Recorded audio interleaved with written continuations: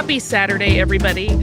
Coming up on the show, we are going to talk about someone who was suspected of distributing Nazi propaganda in the United States in the early 1930s. One part of that context is, of course, what was happening in Germany during this time, but that's a little outside the scope of that upcoming episode. So today, we are bringing out our May 22nd, 2017 episode on the Night of the Long Knives as a Saturday classic. This episode covers how Adolf Hitler came to power, leading up to a massive purge of his political opponents in 1934. Welcome to Stuff You Missed in History Class, a production of iHeartRadio.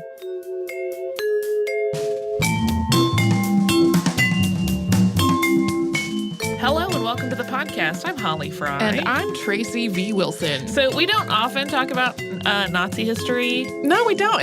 You might think we would more because of the internet where it's all Nazi talk all the time. Yes. But it's one of those things that people have hashed out a lot, and it's not something most people miss in history class. But in talking with people lately, I have discovered that some of the finer points maybe people don't always recall. Yeah. Some of the details get a little lost. Like, we know the broad strokes. Everybody knows the broad strokes. But particularly around, like, Hitler's rise to power and sort of the steps that happened that enabled him to basically claim that he ruled everything in Germany, those get a little fuzzy for people. Yeah, I think for a lot of folks, their knowledge of Hitler sort of begins in World War II and not all the stuff before that. Right. There's a lot of knowledge of concentration camps and the things associated with that and all of those atrocities of war, but there was a long lead up to that. Right. And we aren't even covering all of it because it's one of those figures where he has been so studied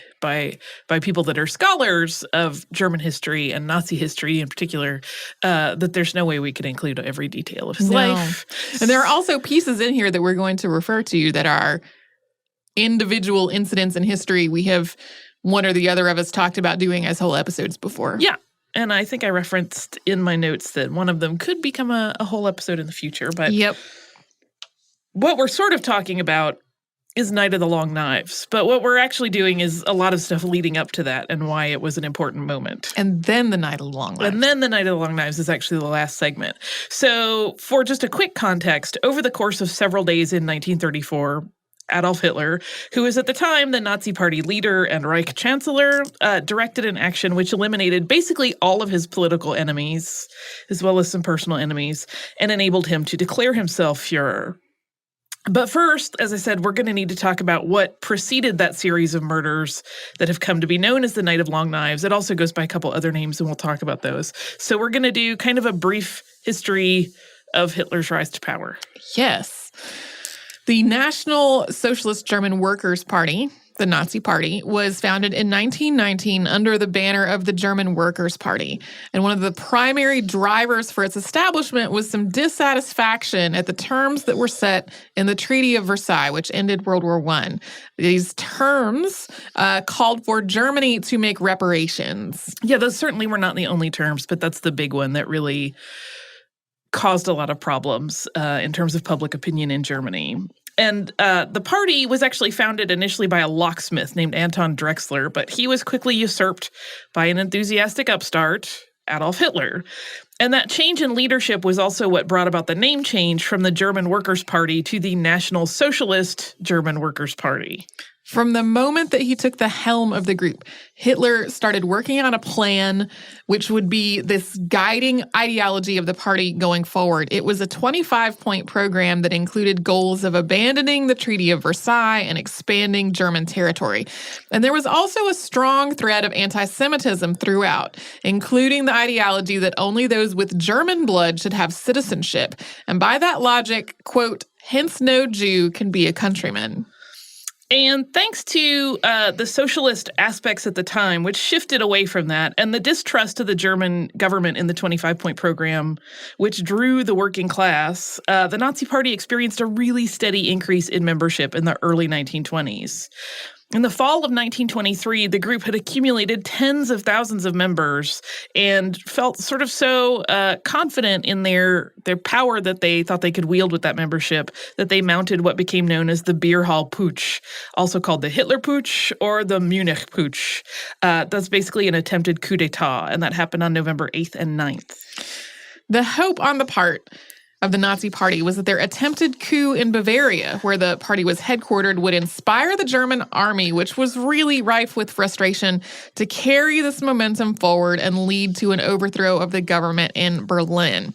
To that end, Hitler and other leaders, along with the Sturmbannwagen, which is also known as the Stormtroopers or the SA, and I'm going to apologize for all of my German pronunciation in this episode. I am sure it is terrible. They began at a beer hall in Munich, where the government leaders were meeting with the intention to overthrow them, and then they would march on Berlin to enact a full takeover of Weimar Germany. But the plan was, in fact, a failure. So instead of culminating in a government takeover, the whole thing was shut down really quite quickly. The beginning of the coup had gone as planned. They easily suppressed the politicians that were in the beer hall. But when they moved on to their next location at the building of the Bavarian War Ministry, they were fired upon by police, and a riot followed. We could, and perhaps one day we will, do a whole episode just on the beer hall putsch. Like, that's been on my list for a while. You and I have talked about it. But the outcome was that Adolf Hitler was arrested and charged with treason, along with 9 other men, and was ultimately sentenced to 5 years in prison, and the Nazi Party was banned. It was during his incarceration at Landsberg jail for the beer hall putsch that Hitler dictated Mein Kampf to his personal secretary, Rudolf Hess, who had also been convicted and was serving his sentence alongside Hitler. Hitler did not, however, serve his full sentence. Pretty much from the moment of his incarceration, the remnants of the Nazi Party, even though that was technically outlawed, they still existed in a form not under that name, dedicated their resources and energy to pressuring the German government to release him. So he served about 9 months of his sentence. After his release, Adolf Hitler set about reestablishing the Nazi Party. The ban on its existence was legally lifted after Hitler appealed to the Bavarian prime minister and assured him that the group would abide by the rules of the Constitution. Hitler organized and the reinvigorated party with extreme care in the years that followed, and through deft framing of the beer hall putsch, November 9th became Reich Day of mourning for the Nazis who had been killed during the riot, and it became a rallying point for the party. Germany's economic depression at the end of the 1920s really left an opening for Hitler's Nazi rhetoric to win over supporters from Germany's working class. Desperate, out-of-work Germans responded to the criticisms of the existing government that they had felt caused their troubled situation. So they were very happy to join on with the people making those criticisms, which were the Nazi Party. So elections started going to the Nazi Party starting in about 1930. In 1932, the Nazi Party reached a major milestone. It became the largest party in the German parliament, although it did not hold a majority. This was a massive shift from the previous election, in which the Nazi Party had only won a handful of seats in the Reichstag. Hitler actually ran for president that same year, but he lost to Paul von Hindenburg. Hindenburg, who was 84 at the time and not in terrific health, had won the presidency in 1925, and he had been asked to run again in 1932 because it was believed that he was the only man who could win against Adolf Hitler. But Hitler had garnered a significant following, and he established himself as a political force even without that election win. In January of 1933, Hindenburg selected Adolf Hitler as Chancellor in an effort to appease the Nazi Party. Hitler began as Chancellor on January 30th and immediately advised President Hindenburg that the Reichstag, which was set at a stalemate because no political party had managed to establish a majority, he suggested that the Reichstag be dissolved and that new elections be held. And a new election was called for on March 5th, 1933. Yeah, just for a little bit of context, Hindenburg thought that, with a vice chancellor that was not a Nazi and some other people in prominent political positions, surely they would be able to keep this Hitler guy in check. No. That didn't work out. And then the Reichstag building burned under mysterious circumstances on February 27th of 1933. Debate about the cause of the fire has actually continued right up to present day. You will hear historians discussing it and debating the various theories. But one of the most popular theories is that Joseph Goebbels planned the fire with the intent to pin it on the communists. And as the Communist Party was one of the Nazi Party's legitimate rivals in the upcoming election, this plan was intended to cast a shadow over that party and lose them some votes. The day after the fire, Hitler leaned on Hindenburg to deliver an emergency decree which stated, quote, restrictions on personal liberty, on the right of free expression of opinion, including freedom of the press, on the rights of assembly and association, and violations of the privacy of postal, telegraphic, and telephonic communication, and warrants for house searches, orders for confiscations, as well as restrictions on property, are also permissible beyond the legal limits otherwise prescribed. And this was framed as being, quote, for the protection of the people and the state. Hitler leveraged control over the country's politics, culture, and society. To further stack the deck in favor of a Nazi Party success at the polls in the upcoming election, Hermann Goering, who had become head of police, used the brute power of his force to suppress most opposition. And the Nazis did not win an outright majority, but Hitler's next move made that a non-issue. We are coming up on the Enabling Act of 1933, but before we get to that, we will pause for a word from one of our sponsors.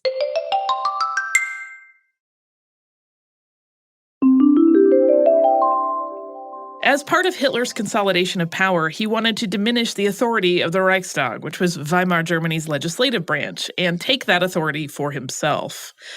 With the votes of the supporting members of the Reichstag and many members of the Reichstag not voting due to strong-arm tactics on the part of the SA and the SS, including corralling many in what was called protective detention, it was easy to get the Enabling Act of 1933 passed on March 24th. The vote took place in the Kroll Opera House, which was being used as the seat of the Reichstag in the aftermath of the fire, which had burned down the municipal building where they normally held that business.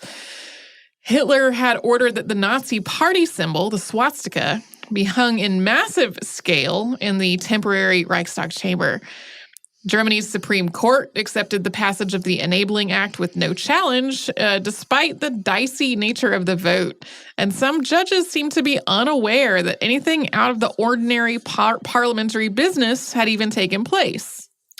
So the Enabling Act was also called the Law to Remedy the Distress of People and the Reich. And one of the key passages in that act read, quote, in addition to procedures prescribed by the Constitution, laws of the Reich may also be enacted by the government of the Reich. And this meant that Hitler, as Chancellor and head of the Reich cabinet, could decree laws by himself, bypassing the approval of the Reichstag. In essence, it legally sealed his dictatorship.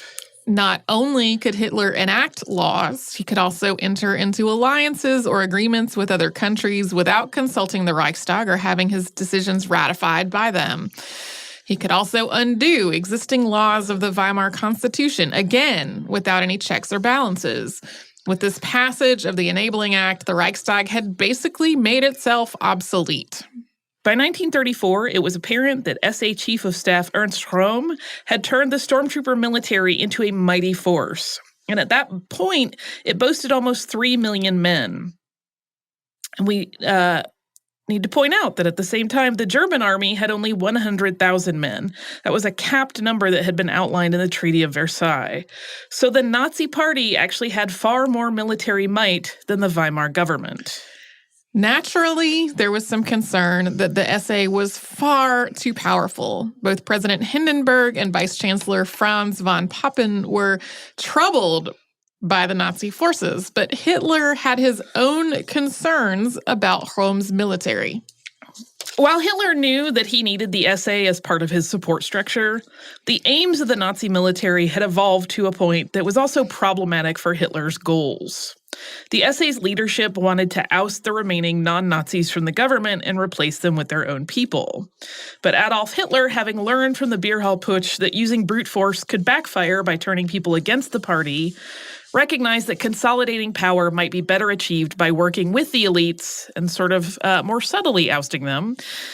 And he had the party leaders that were not part of the SA, and he also had the Schutzstaffel, which was the SS, on the same page as him. The disparity in approaches to bringing the Nazi Party to ultimate power led to some friction. Hitler had also cultivated animosity among the Nazi leadership, making it clear that they should compete with one another to gain his favor. By the spring of 1934, Heinrich Himmler and Reinhard Heydrich, both leaders in the SS, and Prussian Prime Minister Hermann Göring were discussing ways to get Hitler to rid the party of Ernst Röhm. At the same time that Hindenburg and German military leaders were raising concerns that the Nazi Party was becoming increasingly radicalized, Himmler, Heydrich, and Göring were starting rumors that Röhm, already seen as the leader of the most radical arm of the party, was plotting a move to take over the party. Röhm actually had no such plan. He was a friend of Hitler's, but his image as an extremist made it really, really easy for those rumors to gain traction. Hitler was in danger of losing power if the vocally extreme elements of the Nazi Party forced the German government's hand. But even as his party was threatened by growing external and internal pressures, he was hesitant when it came to deciding what to do about the SA. In early June, Adolf Hitler convinced Röhm that the heads of the SA should take an extended leave, which began on June 8th. But there was still an ongoing and growing concern that the Nazi Party was becoming a lawless entity, and nationalist opposition against it began to swell. It was the threat of a more organized move against the Nazi Party that finally tipped the scales for Hitler, and by the end of the month, he had made a decision to get rid of all the problematic elements of the SA. He issued orders to Röhm on June 28th to gather the leaders of the SA at a spa in Bad Wiessee, Bavaria. And next up, we're going to talk about the Night of the Long Knives specifically, which is actually used to refer to events that took place over the course of several days. But before we get into that, we're going to pause and take a little sponsor break.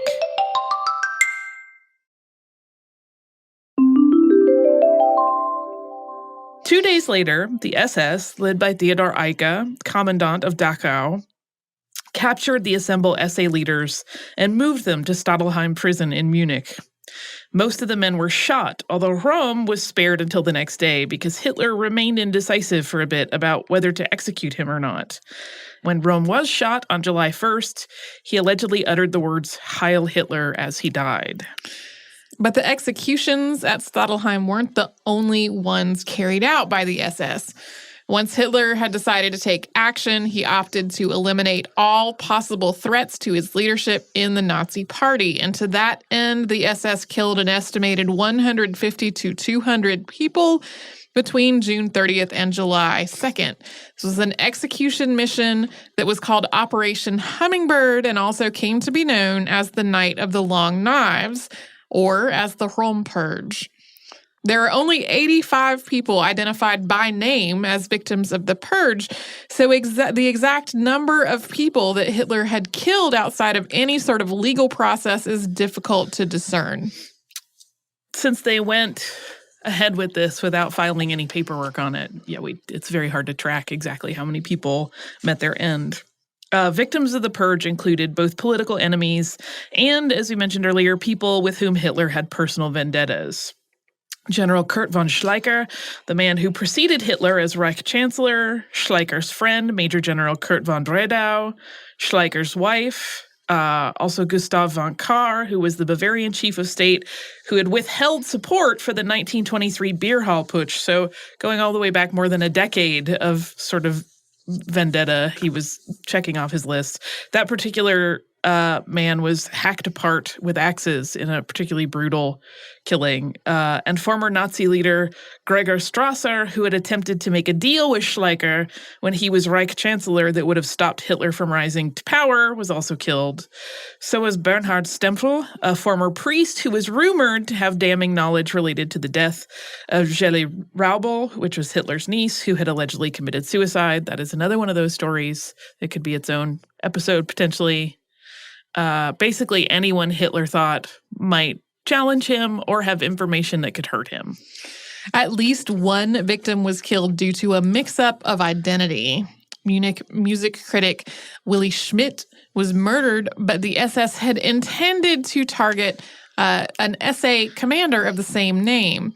And Vice Chancellor Franz von Papen, who had been one of the loudest voices warning of the Nazi Party growing more radical, was also a target but escaped. Two of his aides, though, were not so fortunate. The day after Operation Hummingbird concluded, so that was July 3rd, a law was issued by the Reich cabinet at Hitler's order. And this law framed the executions as an emergency action, claiming that they needed to be carried out to protect Germany against agents who threatened the nation, and thus retroactively making the mass murders legal. It's well known today that the Nazi Party widely used propaganda, and the period after the Night of the Long Knives is a prime example of how false information was used to gain public favor and to damage enemies. Under the direction of Goebbels, a story of treason and treachery was spun out, which cemented the idea that the people who had been killed at Hitler's order, were all dangerous enemies of the state. Additionally, Rome's homosexuality, which allegedly people had known about, became a focus of interest. So while it had been a point of relatively common knowledge, Himmler took advantage of this moment to claim that other homosexuals that Rome associated with had been a threat to national security. Himmler further leveraged this piece of propaganda to launch a series of legal actions against homosexuality, including new laws against homosexual acts and much more severe punishments for anyone who was found guilty of homosexuality. On July 13th, 1934, Hitler made a speech to the Reichstag in which he justified this entire operation. And as supreme ruler of Germany, he claimed he had used his power to defend the country. And that event in 1930s Germany is often pointed to as the moment that really cemented Hitler's rise to power. And by that event, I mean the whole Night of the Long Knives, not his speech that Tracy just referenced. While the SA continued to exist as a tool of destruction after the Purge, that swift and violent action against Rome and other leaders within the SA excised any thoughts of ambition for the military forces to really challenge Hitler's power or even stand as a major player in the regime's power structure. Because the Purge was a strike on the SA, it also gained Hitler favor with the German army that had seen the Nazi military as a challenger. Prior to the Purge, the SS had been a branch of the SA, but Hitler officially recognized them as a separate and independent entity on July 20th, 1934. This gave Himmler a position of increased power, able to confer directly with Hitler, and made it possible for the SS to take control of the police force as well as assume command of the concentration camp system. Within a couple of years, the SS had completely supplanted the previously existing German police force. Hindenburg died of lung cancer in early August 1934. And after he was gone, and leading up to that, he was infirm, so it also meant that he was not particularly powerful. But after he had died, the last vestiges of democratic government in Germany were systematically undone. On August 19th, Hitler proclaimed himself Fuhrer, and because of the alliance that had formed in the wake of Operation Hummingbird, the German army supported him. The Night of the Long Knives was used as a representative action on the part of the SS by Himmler. It proved, he would later say, that the SS was loyal and willing to do anything required to preserve the nation. He invoked it in the 1940s when speaking of the final solution, assuring the high-ranking members of the Nazi regime that his men were willing and able to carry out atrocities for the, quote, annihilation of the Jewish people. It's important to remember, too, that the world outside Germany had a really wide range of reactions to the Night of the Long Knives. British cartoonist David Lowe published a drawing of SA officers surrendering in fear before Hitler holding a smoking gun, and Goering dressed as a barbarian and carrying a bloody spear. And the caption on it read, "They salute with both hands now." There's also a truly chilling write-up in the Daily Mail, which wrote a lot of pro-Hitler and pro-fascist pieces during this period. And here is a quote from it. "Herr Adolf Hitler, the German Chancellor, has saved his country. Swiftly and with exorable severity, he has delivered Germany from men who had become a danger to the unity of the German people and to the order of the state. With lightning rapidity, he has caused them to be removed from high office, to be arrested and put to death. The names of the men who have been shot by his orders are already known. Hitler's love of Germany has triumphed over private friendships and fidelity to comrades who had stood shoulder to shoulder with him in the fight for Germany's future." It's so creepy to read that in present day, because of course now we know that with Hitler assuming the role of Fuhrer, events were in motion that would lead to World War II, of course, and atrocities on an epic scale that most people do know about. Well, and even without that piece of the context, it's pretty horrifying for a paper to be praising a mass murder carried out in an extrajudicial. Yeah, and it's interesting. It came up briefly in our episode with Victoria Price, actually, that when Vincent Price was traveling, I forget what the years were, early on and all of that. Like, even he was very young at the time and changed his position pretty drastically, but he initially came away thinking, wow, that's a really organized, like, state. They're really going to fix Germany. And, of course, a lot of people thought that, and there was such a sort of false representation going on that it's easy to see how some people were lured in by the whole thing. Yes, especially before the murder. Yes. Yeah, of course. I don't know how you hear about all of that, like someone going, oh, over the last 2 days, I killed all of my enemies. And you go, that seems like a really smart, good move. Like, I don't know how you say that. But Well, no, and it also reads very, like, there are historical accounts of, monarchs hundreds of years ago eliminating enemies, and hearing such a similar story of a dictator doing the same thing in the modern world. To me, it's very jarring. Winds up seeming more horrifying. Yeah. Because it seems like we as a species should have learned to not do that. But maybe that's just me being optimistic. There are lots of things we as a species should have learned. I know. And it doesn't always work. I know.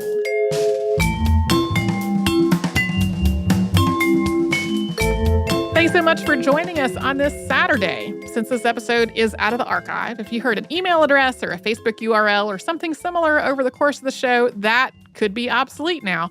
Our current email address is historypodcast@iHeartRadio.com. Our old How Stuff Works email address no longer works. You can find us all over social media at Missed in History. And you can subscribe to our show on Apple Podcasts, Google Podcasts, the iHeartRadio app, and wherever else you listen to podcasts. Stuff You Missed in History Class is a production of iHeartRadio. For more podcasts from iHeartRadio, visit the iHeartRadio app, Apple Podcasts, or wherever you listen to your favorite shows.